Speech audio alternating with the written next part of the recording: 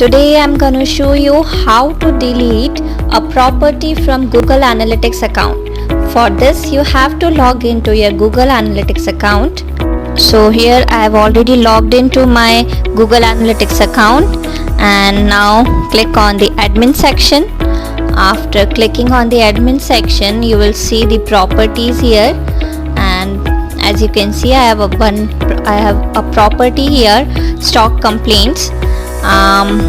For deleting this property we have to click on property settings, and after clicking the property settings you can see all the details of property here, and here is the history of all the data collected in last 30 days.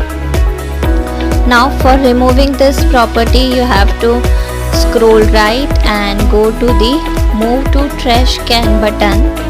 After clicking on this button, a message will appear on your screen that will say if you are sure to delete this property you have to click on the move to trash button below.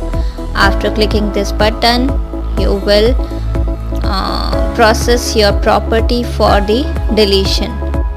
After this you will get a mail from Google Analytics saying that your property is scheduled for deletion, and if you want to restore your property you can click on the link given in the mail, otherwise we will delete it in 35 days.